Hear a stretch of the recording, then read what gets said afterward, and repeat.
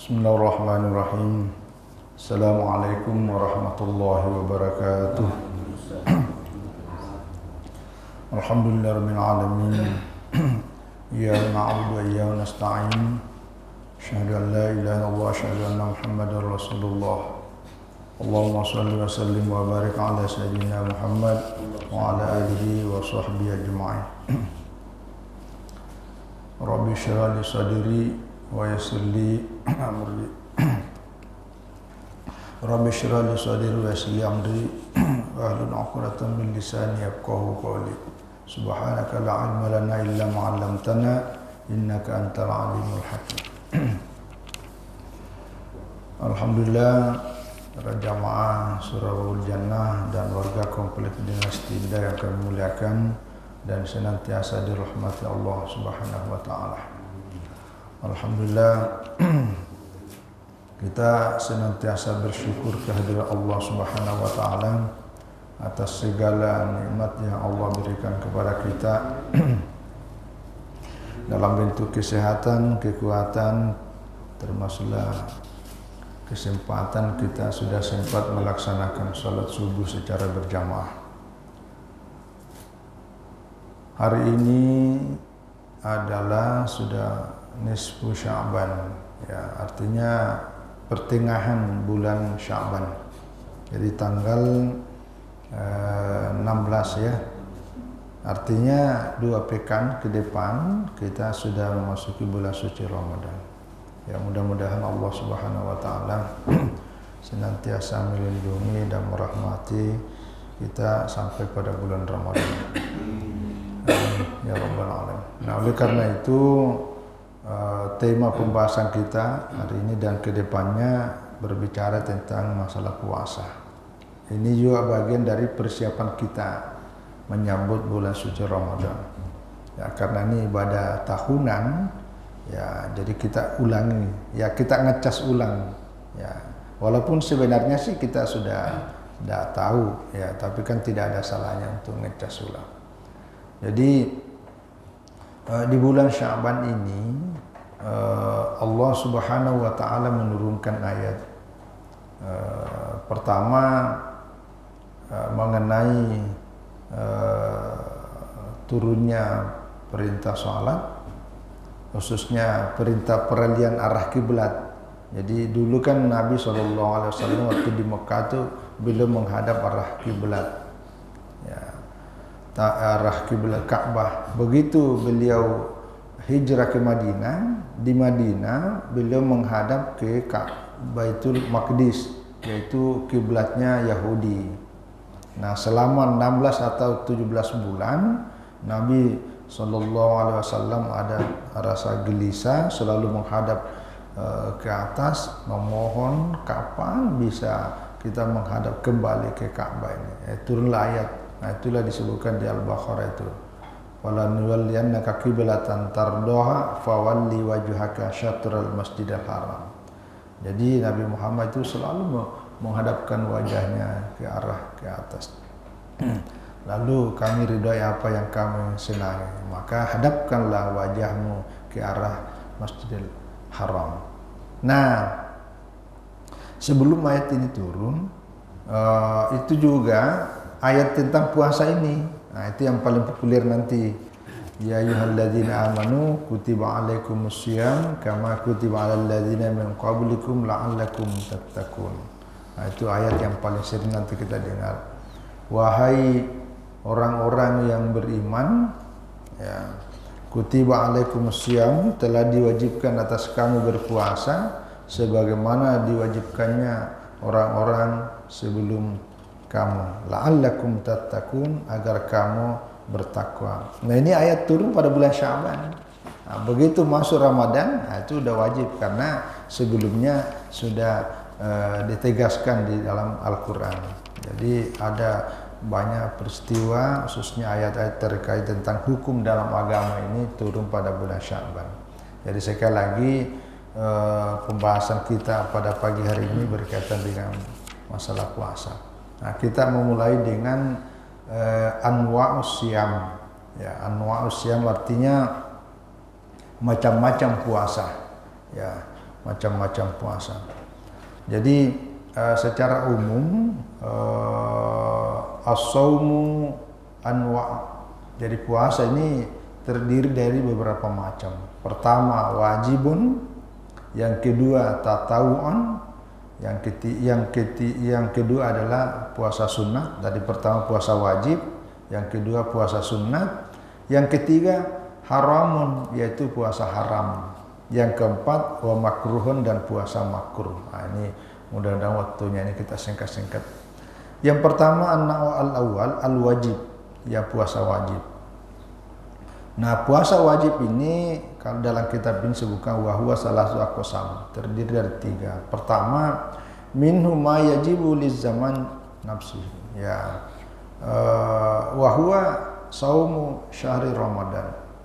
Jadi ada yang wajib karena berdasarkan waktu, ya, yaitu puasa bulan Ramadan. Begitu masuk bulan Ramadan, maka kita sudah wajib berpuasa. Itu namanya puasa karena ada waktu, ya.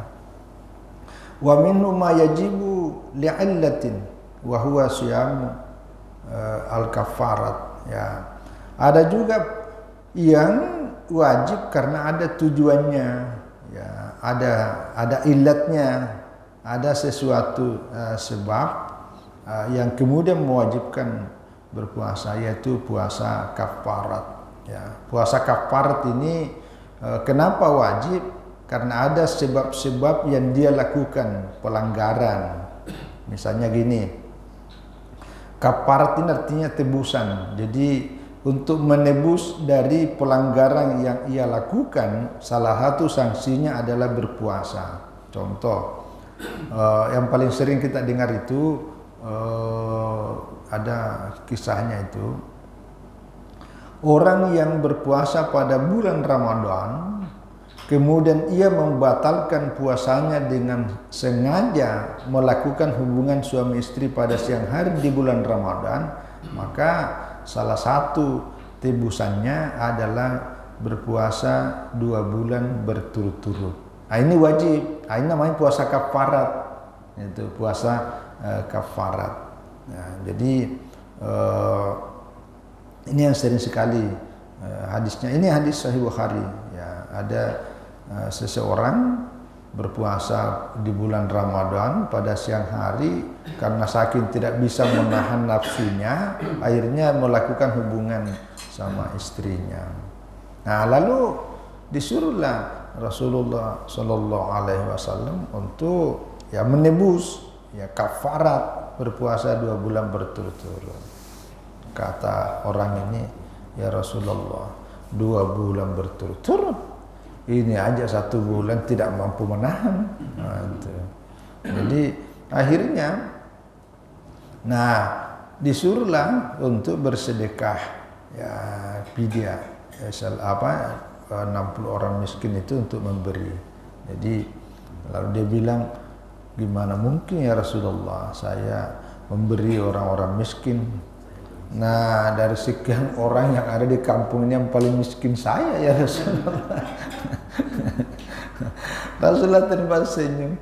Nah, lalu kata Rasulullah, kalau begitu, Rasulullah minta kepada para sahabatnya, siapa yang ada di sini, kesini bawa ke sini kurma.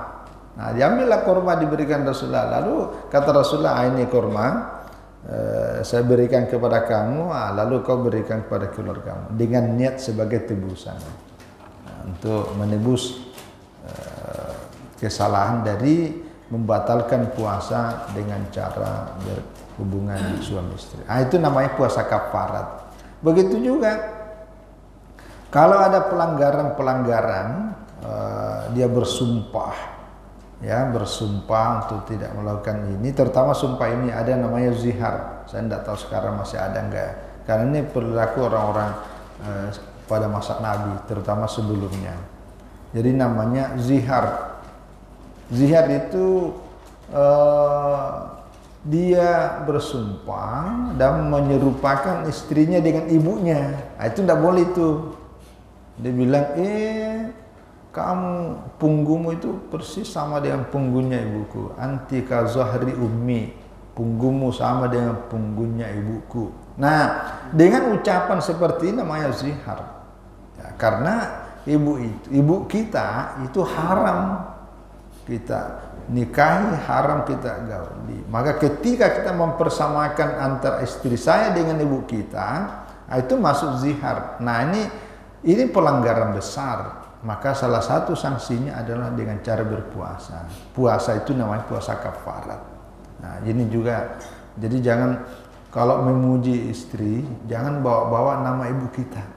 Itu karena itu ada implikasinya kepada hukum, ya. Jadi bilang aja, puji aja, rayu aja dengan cara yang lain, tapi jangan sampai menyamakan dengan ibu. Persis seperti ibuku. Jangan. Ya. Ya, karena itu ada implikasinya itu. Ya, jadi itu nama puasa kafarat. Nah, ini puasa wajib karena adanya illat, ya. Termasuk puasa ini ya, puasa qada, ya. Jadi ini juga kesempatan untuk saling mengingatkan baik laki-laki, suami-suami, terutama istri atau perempuan yang mungkin pada tahun lalu ada utang puasanya yang belum sempat terbayarkan karena berbagai kesibukan dan pertimbangan yang lain. Maka ini bulan Sya'ban adalah bulan di mana segera ya menunaikan utangnya itu. Nah, puasa itu termasuk wajib, ya, karena itu pembayaran. Nah, itu man kana minkum maridun aw ala safarin aw ala safarin, maka jika kamu dalam keadaan sakit atau dalam keadaan berlayar, dalam keadaan musafir, ya, maka berpuasalah, ya, sebagai pengganti. Artinya boleh berbuka, tetapi nanti di hari-hari yang lain kamu menggantinya itu namanya puasa qada. Itu juga wajib, ya. Nah, termasuk yang wajib, wa min ma yajibu bi ijabil insani dzalika ala nafsi wa huwa siyamun nazar. Nah, ini jadi ada juga puasa wajib itu karena dia mewajibkan dirinya, ya, dia mewajibkan dirinya. Inilah namanya puasa nazar, ya. Jadi puasa yang sebenarnya hukumnya adalah mubah, bahkan sunat. Tetapi karena dia berjanji untuk berpuasa, adanya sesuatu yang terjadi pada dirinya, maka itu menjadi wajib.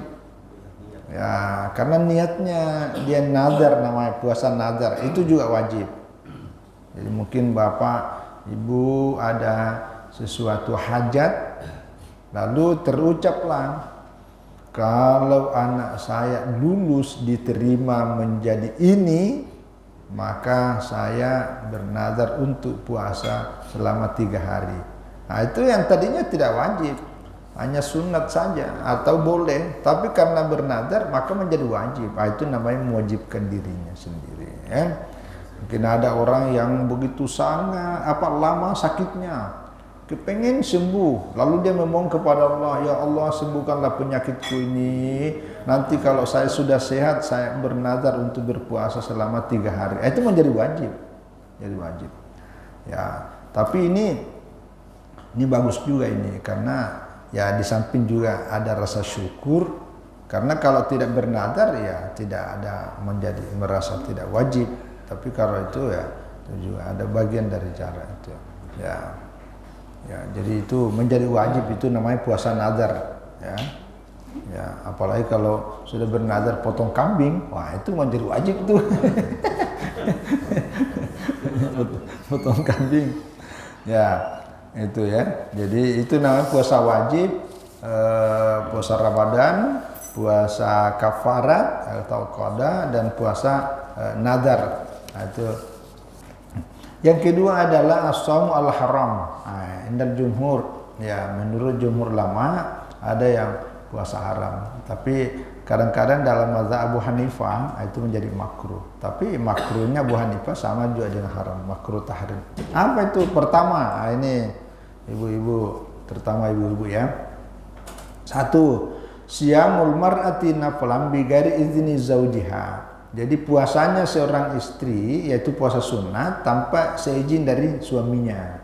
Nah, itu jadi kalau mau puasa sunat tanya dulu suaminya, minta izin. Ya, kalau misalnya suaminya memerlukan untuk pendampingan atau ada hal-hal lain pertimbangan, maka jangan, ya, jangan. Coba kalau kita baca ya, istri Rasulullah SAW Aisyah itu kan ada qadahnya dalam setahun itu. Tapi kapan Aisyah mengganti puasanya? Itu justru pada bulan Sya'ban. Padahal kalau dipikir-pikir, kenapa Sayyidatina Aisyah tidak mengganti puasanya pada bulan Syawal, bulan-bulan sebelum, tapi pada bulan Sya'ban? Ditanya, apa jawab beliau? Kata beliau, saya tidak sempat karena sibuk mendampingi Rasulullah SAW. Jadi pemenuhan terhadap kewajiban kepada suaminya itu menjadi sangat penting. Jadi ya kecuali ketika suaminya mengizinkan, apalagi suaminya tidak ada di tempat, dia berada di tempat yang pergi musafir, lalu misalnya suaminya pergi keluar, istrinya cuma di rumah, lalu dia bilang saya puasa dan dia tahu, oh ya tidak apa-apa. Tapi kalau ada di situ dan memerlukan ada pembantuan, pendampingan, nah, jangan. Jadi la yahillu limratin antasuma wa zawjuha syahidun illa biidnihi. Ini hadis sahih riwayat Bukhari dan Muslim. Tidak halal seorang seorang istri untuk berpuasa sementara suaminya ada di situ, ada di sampingnya, kecuali dengan izinnya. Ya. Kenapa? Wali anna haqqaz zawji fardun. Memenuhi hak suami itu hukumnya fardu, wajib.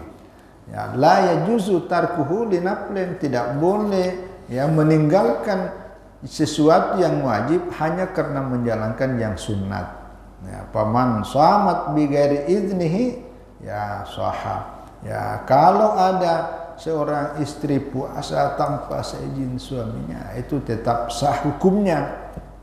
Jadi secara hukum itu sah, ya, karena memenuhi rukun dan syaratnya. Tetapi wa in kana haraman, tapi hukumnya haram itu dalam pandangan mayoritas ulama. Kasolati fi darin magsubatin. Nah, ini ditambahkan dalam kitab ini. Sama dengan orang yang sholat di tempat yang apa namanya ini, yang dirampas. Jadi misalnya ini ada orang sholat memakai pakaian hasil curian, sholatnya sah karena terpenuhi semua rukun dan syaratnya. Cuma memakai pakaian yang curian, itu haram. Nah, tapi secara hukum sah, tapi enggak, karena yang dia pakai itu adalah barang haram. Nah, itu jangan. Nah, ini juga penting ya. Ini pernah kita bahas di fatwa Majelis Ulama dulu ini tentang status hukum dari suatu buah masjid. Kalau masjid tanahnya itu tanah yang tak jelas, apalagi tanah sengketa, sementara yang pemilik itu dia tidak rela kecuali dibayar tanahnya. Ini penting karena ini ada implikasi hukum. Jadi secara hukum orang yang sholat di situ sah. Cuma ada implikasinya, tanah yang ditempati sholat itu adalah sesuatu yang tidak halal. Nah, ini penting sekali tentang memperjelas status tanah wakaf dari bangunan masjid yang ada. Karena kalau misalnya tanah yang ditempati masjid itu pemiliknya adalah anak yatim, ya, apalagi pemiliknya itu misalnya katakanlah pemiliknya ini orang yang betul-betul menderita, kecuali kalau tanahnya itu dijual baru biasa hidup dengan layak, maka pengurus masjid itu wajib hukumnya untuk mencarikan dana untuk membayar hak-haknya itu diberikan kepada pemilik. Nah, karena itu ada implikasi hukumnya. Nah ini sama dengan orang yang berpuasa, istri puasa yang tidak diizinkan oleh suaminya itu haram, walaupun ya tetap saja sah. Ya. Itu ya. Yang kedua ini puasa saumu yaumsyak. Ya, saumu yaumsyak, yaitu puasa di hari yang keraguan-raguan. Nah, ini wa huwa yaumus salasin min Sya'ban. Idza taraddada an-nasu fi kaunihi min Ramadan. Jadi nanti kalau 30 Sya'ban ya, ini kan 30 Sya'ban ini titik kritis. Terutama bagi yang menggunakan imkanur ru'yah. Imkanur ru'yah itu adalah menggunakan metode ru'yat, dilihat. Nah, pertanyaannya, ini malam 30 atau sudah 1 Ramadan? Nah, inilah yang kita di Indonesia ini selalu ada perbedaan, karena kita di Indonesia ini ada yang menggunakan hisab, ya, wujud hilal namanya. Jadi kalau berdasarkan hisab perhitungan, itu tidak ada yang hisabnya, karena sudah ketahuan berdasarkan ini sekian derajat. Nah, sama dengan nanti ini ya. Jadi nanti ini kalau tanggal 11 Maret itu karena berdasarkan hisab, itu udah lewat 0, derajat, tapi tidak sampai 2 atau 3 derajat. Nah, sehingga bagi yang menggunakan hisab, nanti ini Sya'ban hanya 29. Tapi yang menggunakan imkanur ru'yat, ya, imkanur ru'yat itu artinya kemungkinannya bisa dilihat, itu nanti digenapkan menjadi 30 Sya'ban, maka 1 Ramadan itu adalah mungkin tanggal 12 kali Maret. Jadi ini nanti ada. Nah, tanggal 30 Sya'ban ini bagi menggunakan imkan ru'yah itu masuk namanya yaumsyak, hari keraguan-raguan. Nah, itu tidak boleh puasa di situ. Tidak boleh puasa. Karena nanti saya mau puasa dengan niat sunat Sya'ban, ternyata sudah 1 Ramadan. Nah, itu tidak boleh. Itu ya, itu namanya yaumsyak. Wa huwa yaumus salasin, yaitu min Sya'ban, hari yang malam yang ke-30, hari yang ke-30 dari Sya'ban. Ya, ketika orang yang masih ragu-ragu, ya. Ya, kecuali tadi itu kalau sudah menggunakan, ini kan tidak ada lagi ragu-raguan. Tapi sebaiknya tidak usah puasa, menunggu saja. Bahkan termasuk nanti 1-2 hari ada nanti di sini, karena sebagai menyembuhkan makruh. Nah, tapi dalam mazhab jumhur ulama mengatakan makruh nanti 1-2 hari sebelum Ramadan. Katakanlah, kita ambil contoh aja. Kalau Ramadan masuk pada tanggal 12 ya misalnya ya, maka tanggal 11 dan tanggal 10, 11-10 itu jangan puasa. Ya, jangan puasa. Nanti ini kan ada pembagian ya, masuk puasa makruh. Tapi ada ulama mengatakan itu sama juga dengan ini, yaitu puasa haram. Itu. Ya. Yang ketiga termasuk puasa haram itu saumu Aidil Fitri wal Adha wa ayyamit tasyrik ba'dahu. Nah, ini sih saya kira sudah maklum, tapi namanya pengulangan. Jadi termasuk haram kita puasa itu adalah puasa pada hari raya Idul Fitri, hari raya Idul Adha, dan hari-hari tasyrik. Hari-hari tasyrik itu artinya ya tanggal 11, 12, 13 setelah Idul Adha. Jadi ada berapa hari itu? 5 hari. Nah, itu tidak boleh. Itu adalah waktunya di mana kita lagi sedang makan-makan, ya, makan daging, ya, kambing. Jadi itu diharam kita puasa. Ini banyak hadisnya nih kemukakan ini. Marwa Abu Hurairah radhiyallahu anhu anna Rasulullah sallallahu alaihi wasallam naha an siyami yaumaini. Ya. Diriwayatkan dari Abu Hurairah radhiyallahu anhu bahwa Rasulullah sallallahu alaihi wasallam melarang kita berpuasa 2 hari, yaitu yaumul fitri, pada saat lebaran Idul Fitri, wa yaumil adha, dan hari pada saat Idul Adha. Hari Idul Fitri dan hari Idul Adha. Ya. Dan ada hadis yang lain tentang hari-hari juga tasyrik, yaitu 3 hari setelah itu, di mana kita masa pemotongan hewan, ya, jadi seharusnya dimanfaatkan itu. Nah, itu yang ketiga. Yang keempat adalah ini pasti saumul haidi wan nufasai haramun wala yasihu.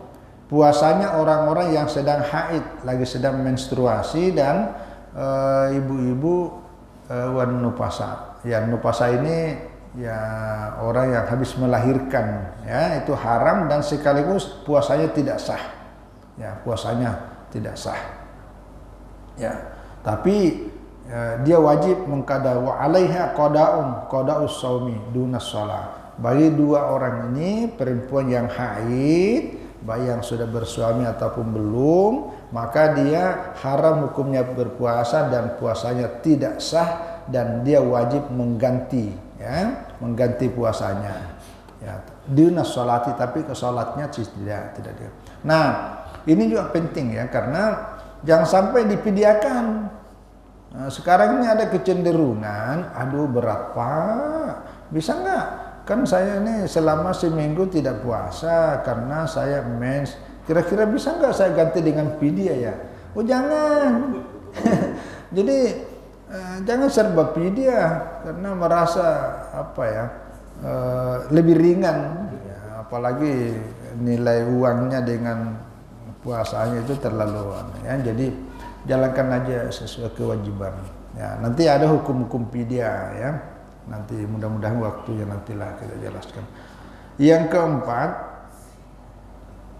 ini yang ini seterusnya, ini siyamu may yakhafu ala nafsi al-hilak ya bisaumi. Ini puasanya bagi orang-orang yang mengkhawatirkan dirinya binasa kalau dia puasa. Ini jadi kalau ada keterangan dokter yang mengatakan sesuai dengan keilmuannya ya, kalau Anda puasa ini bisa berbahaya nih, nah, maka itu haram, itu jangan ya. Tapi kalau hanya agak mendatangkan sedikit kesusahan, itu makruh. Tapi kalau sudah dikatakan kalau Anda puasa ini bisa kamu mati nih, ya walaupun kematian itu hak Allah, tetapi kita juga harus mempercayakan kepada ahlinya. Jadi jangan juga mentang-mentang tawakal tapi takut juga mati. Itu kan ada yang nawasuk tawakal. Pokoknya saya tawakal deh. Tawakal itu tapi memenuhi standar sebab akibat. Ya, sebab akibat. Jadi termasuk ini ya, orang yang apalagi musafir di tengah-tengah padang pasir yang sungguh sangat kepanasan. Ini kan cuaca lagi kurang bersahabat, sangat panas, sangat haus. Nih kalau sudah begitu, batalkan puasa itu, batalkan. Kalau Anda berpuasa sampai menyebabkan termasuk apa ya, sudah sangat haus, kelaparan dan pingsan, apalagi hingga mau hampir mati, maka itu tidak boleh. Itu wajib hukumnya membatalkan puasa, karena Anda diberi kesempatan oleh agama untuk bisa menggantinya di hari-hari yang lain ketika Anda sudah dalam keadaan sehat. Nah, itu makanya nanti salah satu wajibnya orang berpuasa ada syarat ya, syarat wajibnya orang berpuasa itu adalah orang yang dalam kondisi sehat. Jadi kalau orang tidak sehat tidak wajib puasa. Jadi agama ini, Islam ini adalah agama yang sangat manusiawi, ya, tidak memaksakan, sangat manusiawi, mempertimbangkan tentang keselamatan jiwa, keselamatan nyawa, ya. Jadi jangan berpuasa yang Anda sudah kemungkinan tahu betul bahwa kalau saya puasa bisa celaka, ya, bisa mati dan seterusnya. Ya, apalagi yang apa namanya ini, penyakit apa itu yang tidak boleh lapar? Mah itu penyakit mah, tuh Anda bisa lapar ya. Tuh. Jadi nah inilah hukum-hukumnya ini puasa haram. Yang ketiga anak usalis, yang ketiga adalah as-shaumul makruh, ya puasa makruh. Ya puasa makruh ini ya kalau puasa makruh ini termasuk adalah puasa yang itu bersambung-sambung, itu wahwa kasaumid dahri, ini puasa selama setahun. Ya sini ya. Jadi puasa setahun itu tidak pernah berhenti, itu dimakruhkan hukumnya ya. Nah, tapi kalau puasa Nabi Daud itu nanti masuk kategori puasa sunat. Puasa hari ini, besok berbuka lagi. Nanti lusa puasa lagi, itu selang-selingi, itu sunat. Tapi kalau disambung-sambung tidak ada hentinya, itu makruh. Itu makruh. Nah, ini termasuk makruh ini. Wa ifradu yaumil jum'ati bisaumi. Jadi puasanya itu hanya pada hari Jumat saja, itu makruh. Itu. Jadi lebih puasa hari Senin. Hanya Senin atau hari Kamis saja, atau pada tanggal 13 saja, 13 bulan Qamariyah saja, atau 14. Tapi kalau puasa nanti hari Jumat, karena ini kan hari yang sangat mulia, di mana malaikat pada berkumpul, jadi puasa saya ini lebih bagus. Bukan, itu makruh. Ini secara syariatnya ya, hukumnya itu makruh.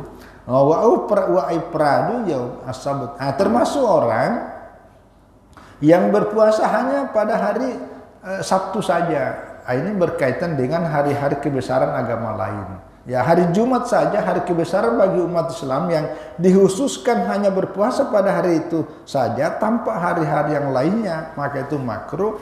Begitu juga kalau berpuasa hanya hari Sabtu aja. Hari Sabtu ini kan hari di mana digunakan oleh orang-orang Yahudi, hari Sabat. Ya, bahkan ada ulama beri keterangan termasuk hanya puasanya pada hari Ahad. Hari Minggu. Kalau kita Minggu ini kan, Minggu itu adalah orang bekerja untuk Tuhan, itu Minggu. Jadi istilah yang paling bagus itu ya Ahad aja.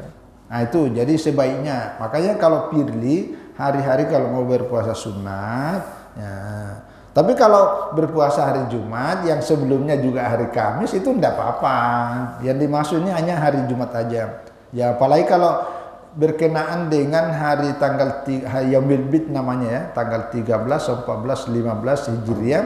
Nah di tengah-tengahnya itu kebetulan kena hari Jumat, itu tidak makruh. Kena hari Sabtu tidak makruh, kena hari Ahad tidak makruh. Yang makruh itu kalau hanya hari itu aja, tidak berpuasa pada hari-hari yang lainnya. Ya.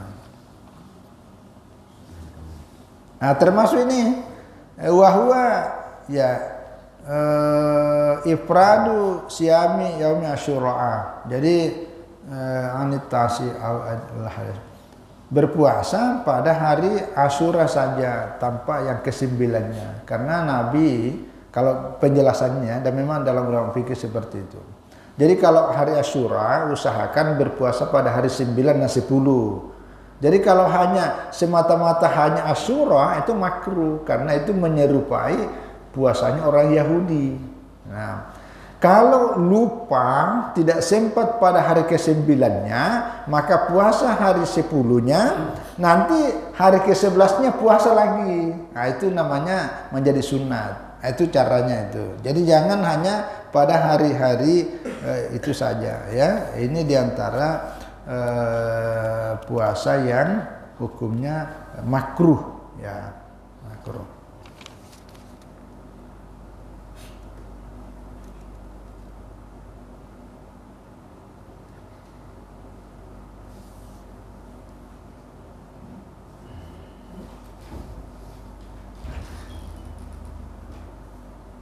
Nah, termasuk tapi ya nanti ini kan namanya lawak fikih ya. Wa yukrahu saumul marid.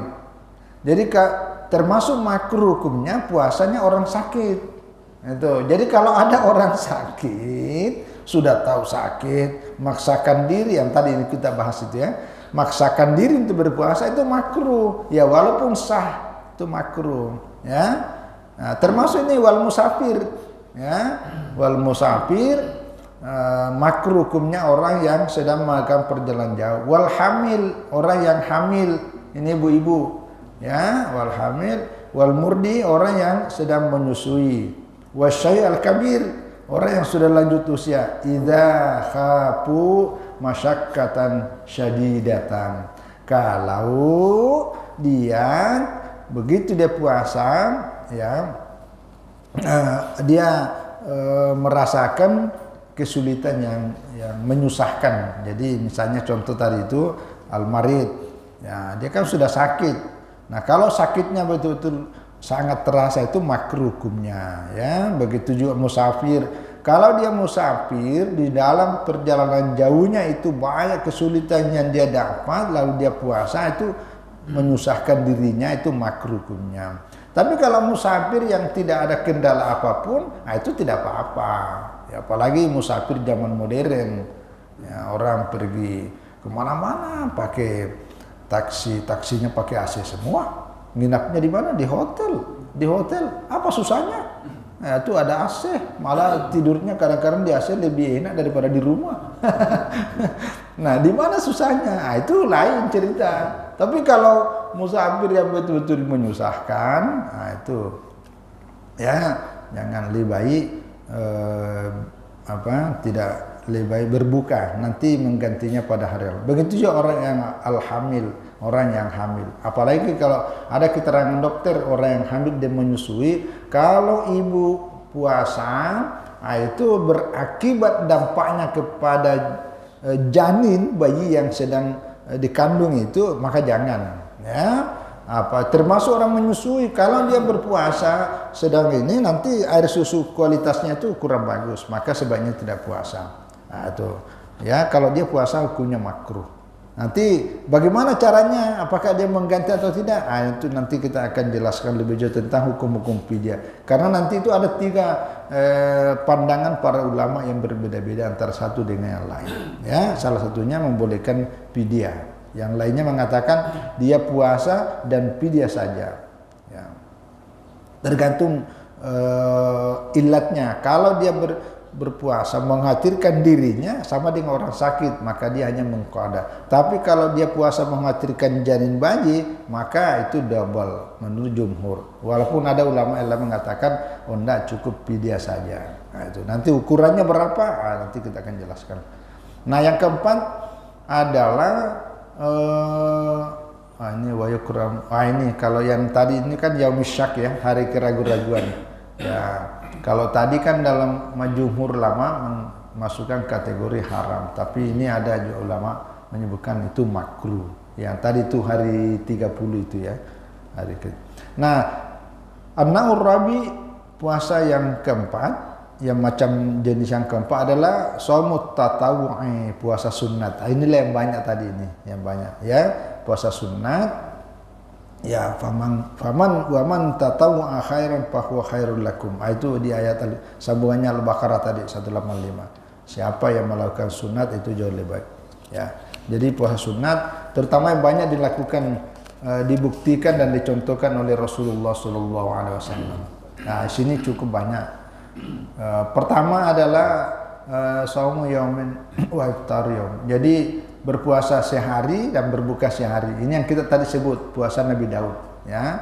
Bagi bapak dan ibu yang mampu itu bagus ya. Terutama biasanya orang-orang tua ini yang sudah tidak terlalu, kalau orang yang sudah berumur itu kan tidak terlalu banyak makan, itu jarang juga makan, lebih dia puasa ya. Tapi kalau sehat ya, kalau sehat jangan juga nanti memaksakan mau cari puasa sunat pahala tapi menjadi tidak sehat, itu tidak boleh. Kesehatan didahulukan.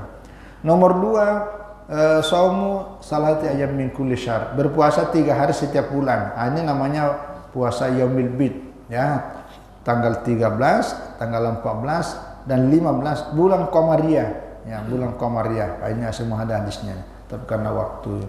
Yang ketiga adalah saumu yaumil isnaini wal khamis min kulli isbu'. Jadi puasa pada hari Senin dan Kamis dalam setiap pekan ya, 1 pekan itu dalam setiap 7 hari disunatkan ya, Senin Kamis ya. Ini dalilnya, ini masyhur, inna Nabiya sallallahu alaihi wasallam, ini hadis bersumber dari Usamah bin Zaid ya, ini anak angkat Usamah, ini kekasih Rasulullah, putra anak angkatnya Nabi, namanya Usamah. Inna Nabiya sallallahu alaihi wasallam kana yasumu yaumal isnani wal khamis. Jadi Nabi itu biasanya, Nabi sallallahu alaihi wasallam biasanya puasa pada Senin dan Kamis. Fasuila antali, kalau ditanya, mengapa puasanya cuma Senin dan Kamis wahai Rasulullah? Nah, beliau menjawab, inna amalan nasi tu'radu yaumal isnani wa yaumal khamis.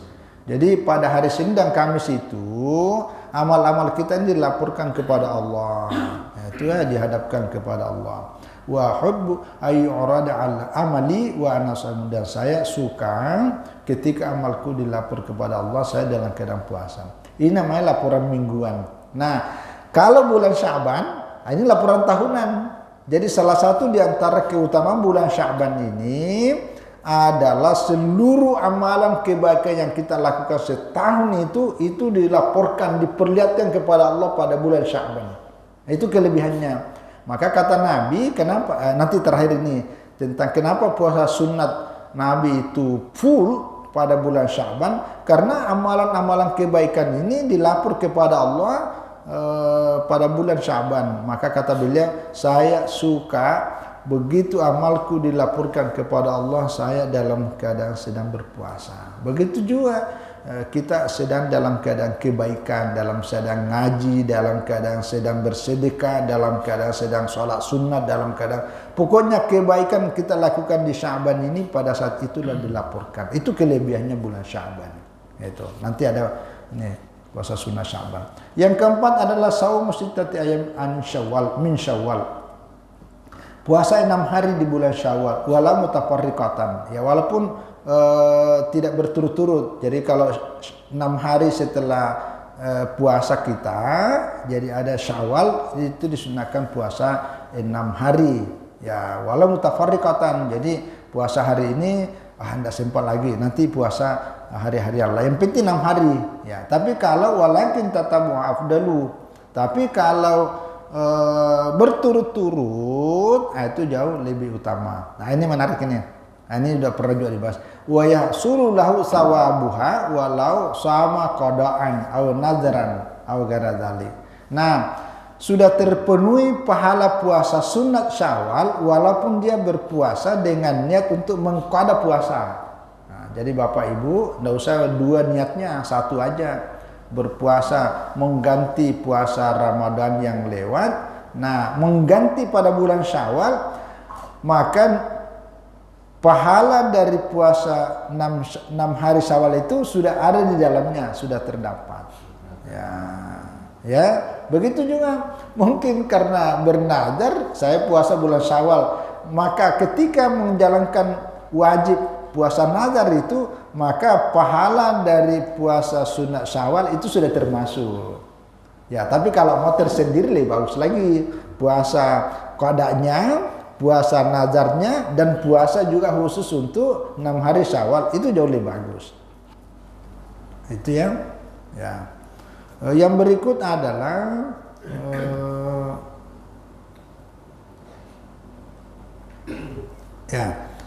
Saumu yaum Arafah. Ini puasa hari wahwa ta'asiun dil hijjati li ghairil hajj.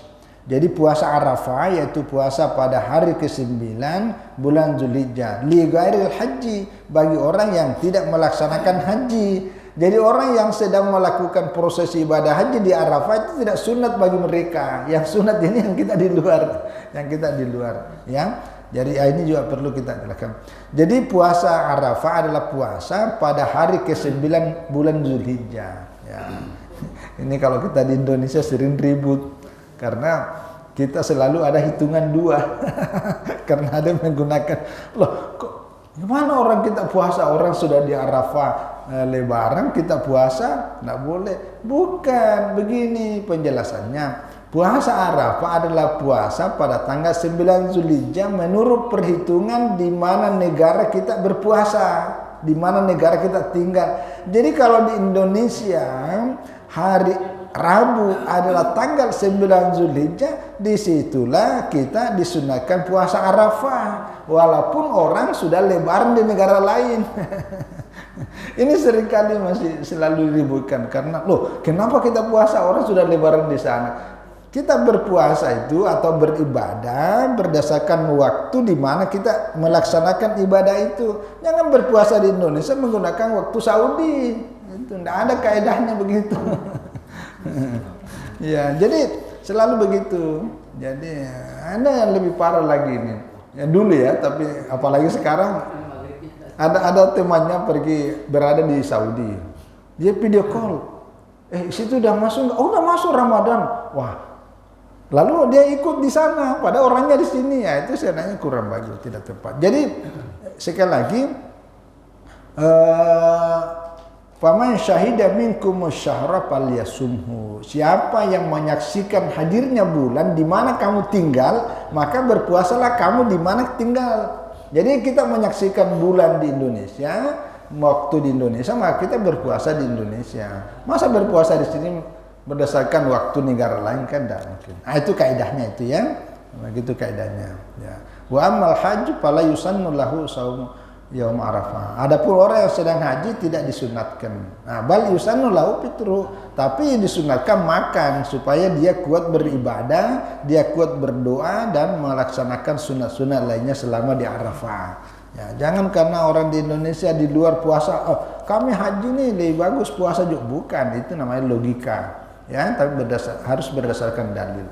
Yang keenam adalah shaum al-ayami ats-tsamaniyah min Dzulhijjah. Ini puasa tarwiyah namanya ini. Jadi bagi yang sempat itu disunahkan juga berpuasa pada hari ke-8 Zulhijjah sebelum berangkat ke Arafah bagi jemaah haji. Ya, nah itu. Ya, bagi orang yang ini sempat ya.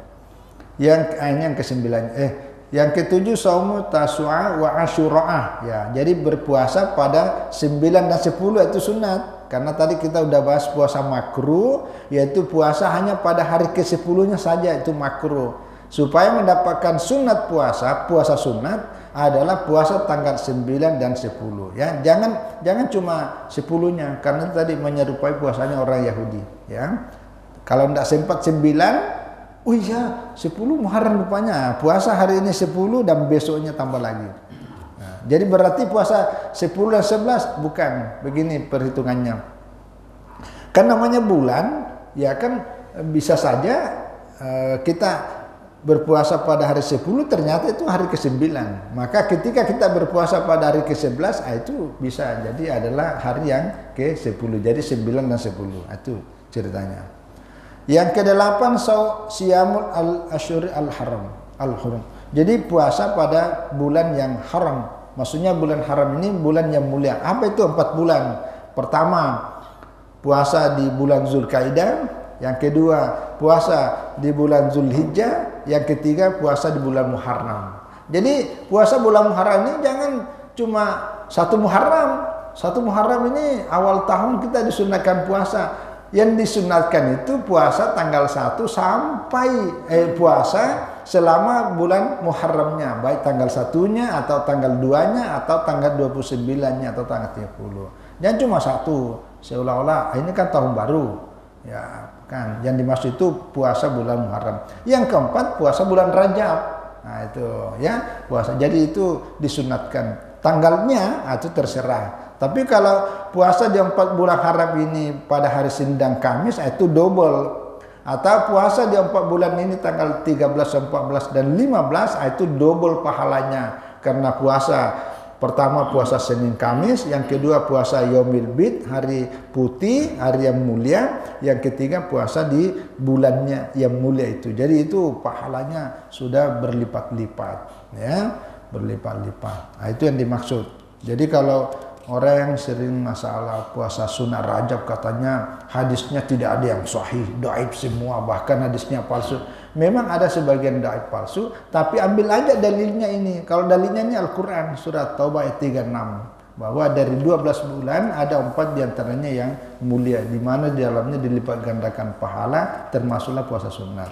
Nah yang terakhir, ini yang ke-9, Shaum Sya'ban. Ini yang puasa Sya'ban seperti sekarang, ya bulan Sya'ban. Cuma begini, karena ini sudah 16, hanya penjelasannya. Jadi li hadis Ummi Salamah, berdasarkan hadis dari Ummi Salamah. Ummi Salamah ini istrinya Nabi sallallahu alaihi wasallam, Ummul Mukminin.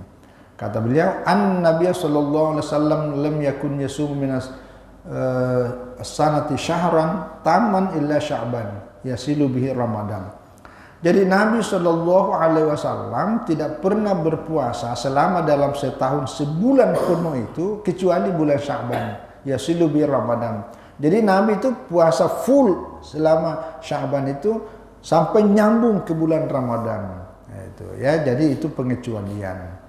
Wa Aisyah qalat lam yakun Nabi sallallahu alaihi wasallam yasum aktsara min Sya'ban. Ya, Nabi ini dari istrinya juga, dari Aisyah mengatakan Nabi tidak pernah puasa lebih banyak dari bulan-bulan yang lain kecuali daripada bulan Sya'ban.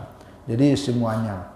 Ya, tapi ini wa kuriha, ya, kaum saum an-nisfi al-akhir ya min Sya'ban. Ya, tadi itu sudah dibahas. Di akhir pertengahan dari Sya'ban itu sudah makruh, ya. Bahkan waqala Syafi'i la yasihu saumu. Ya, kenapa? Karena ada hadis Nabi begini. Ini hadis riwayat Imam Ahmad. Idza intasafa Sya'banu fala tasumu. Kalau sudah masuk pertengahan bulan Sya'ban maka janganlah berpuasa. Nah, ini menarik. Ya, jadi ada dua hadis. Pertama, kalau dalam praktek Nabi itu beliau berpuasa sebulan penuh, melewati nisfu Sya'ban. Tapi kalau dalam hadis yang beliau ucapkan, beliau mengatakan apabila sudah sampai pertengahan bulan Sya'ban, artinya sudah nisfu Sya'ban, ini termasuklah mulai sekarang ini, fala tasumu, maka janganlah berpuasa. Nah, jadi yang dimaksud begini penjelasannya. Yang disunatkan itu tanggal 1 sampai 15. Jadi kalau sudah lewat itu sudah di sini ada mengatakan makruh, ya, karena itu dilarang oleh Nabi. Tapi kecuali, ini ada penjelasannya panjang sana di tempat lain ini, terpotong. Jadi kecuali gini, kecuali bagi orang-orang yang sudah terbiasa puasa sunat, baik puasa Nabi Daud, puasa Senin Kamis, atau puasa-puasa lainnya itu sudah terbiasa dan dia tidak ada sedikit pun kekhawatiran untuk terganggu ibadahnya pada bulan Ramadan nanti, maka itu boleh, itu pengecualian. Tapi bagi orang yang tidak terbiasa, apalagi nanti cenderung memaksakan puasa sunat di bulan Sya'ban walaupun lewat nisfu Sya'ban, begitu masuk Ramadan loyo, letih, capek, akhirnya puasa Ramadannya terganggu hanya karena ingin memporsir tenaganya untuk mendapatkan puasa sunat Sya'ban. Itu tidak bagus, maka itu Nabi melarang. Pemanasannya berlebihan. Boleh pemanasan sampai nisfu Sya'ban. Tapi kalau sudah lewat itu sudah tidak disunatkan. Kecuali orang yang sudah terbiasa, silakan. Nah, itu jadi ada dua. Jadi antara perbuatan Nabi dengan ucapannya ada perbedaan. Ini namanya hadis mukhtalaf. Ya, pertimbangannya dikembalikan pada situasi dan kondisi masing-masing. Saya kira ini cukup panjang pengantar kita, insyaallah, sebagai bagian dari persiapan kita menyambut Ramadan, yaitu puasa wajib, puasa haram, puasa makruh, dan puasa sunat. Ya, jadi ini saatnya masih ada untuk bagi orang yang sehat dan mampu, tidak ada halangan, ya boleh. Nanti puasa Ramadan itu betul-betul kita persiapkan fisik, mental, dan rohani. Saya kira ini, terima kasih atas semua perhatiannya, mohon maaf atas semua kekurangan. Semoga Allah Subhanahu wa taala berikan kesehatan, kekuatan, terutama umur panjang, ya lebih-lebih lagi adalah hidayah. Allah berikan semangat, tekad yang kuat, dan kita istiqomah dalam beribadah di bulan Sya'ban dan sampai kita pada bulan Ramadan. Amin ya rabbal alamin. Wassalamualaikum warahmatullahi wabarakatuh.